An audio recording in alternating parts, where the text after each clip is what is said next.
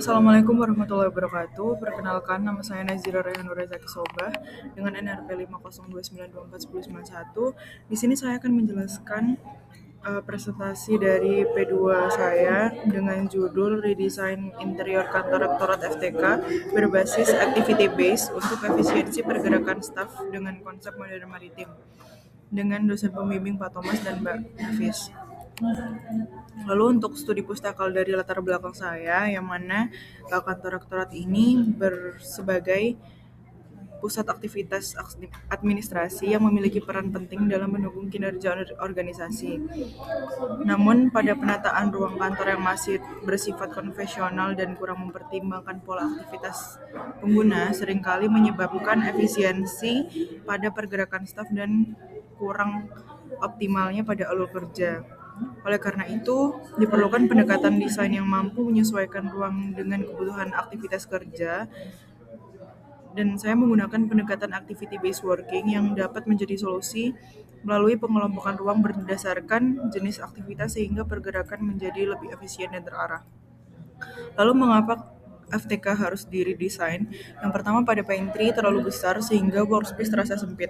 Yang kedua, terdapat workstation yang dibutuhkan masing-masing karena skop pekerjaan berbeda-beda karena diperlukan ruang rapat atau diskusi.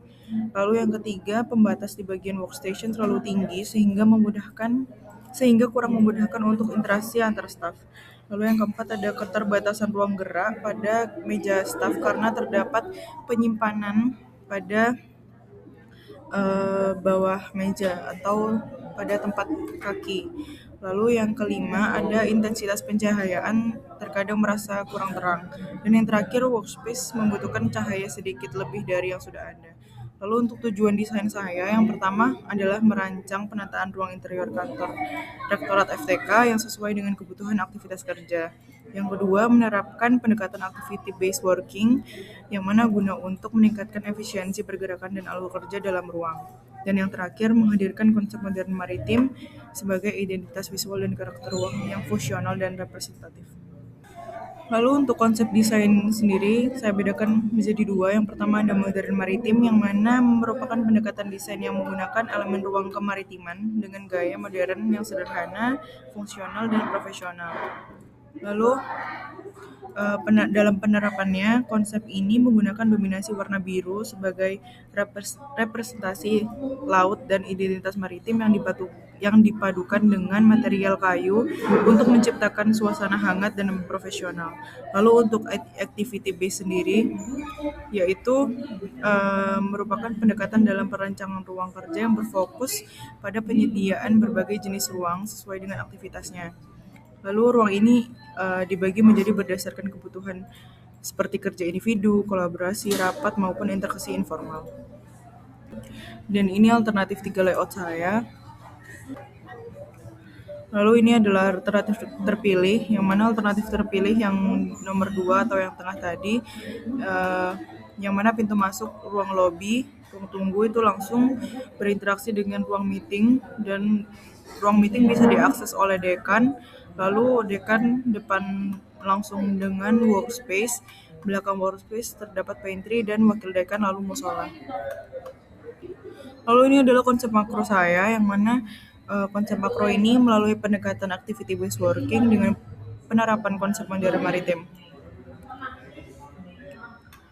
Lalu ini ada konsep mikro menggunakan konsep aplikasi lantai yang mana menggunakan vinyl bolt yang terinspirasi dari elemen dekapal yang kuat dan fungsional, yang mana material ini tidak hanya memberikan kesan modern dan profesional, akan tetapi juga berperan dalam membentuk zoning ruang. Konsep aplikasi lantai ini saya tidak hanya menggunakan vinyl bolt, akan tetapi juga menggunakan karpet yang terdapat pada ruang dekan dan ruang meeting dan lobby. Lalu ini ada konsep mikro saya, yaitu konsep aplikasi dinding, yang mana aplikasi dinding ini saya lebih menonjolkan logo fakultas yang terletak pada lobby, ruang dekan, ruang wakil dekan.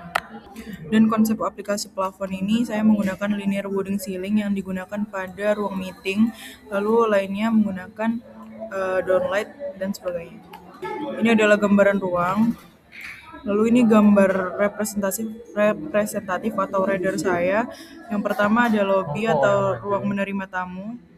Lalu yang kedua ada ruang meeting yang terdapat linear wooden ceiling tersebut. Lalu yang ketiga ada ruang dekan yang saya berikan memoris ini yang bisa digunakan oleh dekan. Lalu yang keempat ada workspace. Yang kelima ada ruang wakil dekan. Mengapa saya memberikan 2 kursi tambahan untuk ruang wakil dekan? Karena menurut saya ruang dekan ruang yang private, sehingga jika ingin bertemu dengan dekan bisa bertemu dengan wakil dekan terlebih dahulu. Lalu untuk yang terakhir ada pantry yang bisa digunakan untuk seluruh staff yang mana bersifat private, dan yang terakhir ada musola yang bisa digunakan 1 hingga 2 orang. Terima kasih sebelumnya. Demikian presentasi yang bisa saya sampaikan, kurang lebih mohon maaf. Wassalamualaikum warahmatullahi wabarakatuh.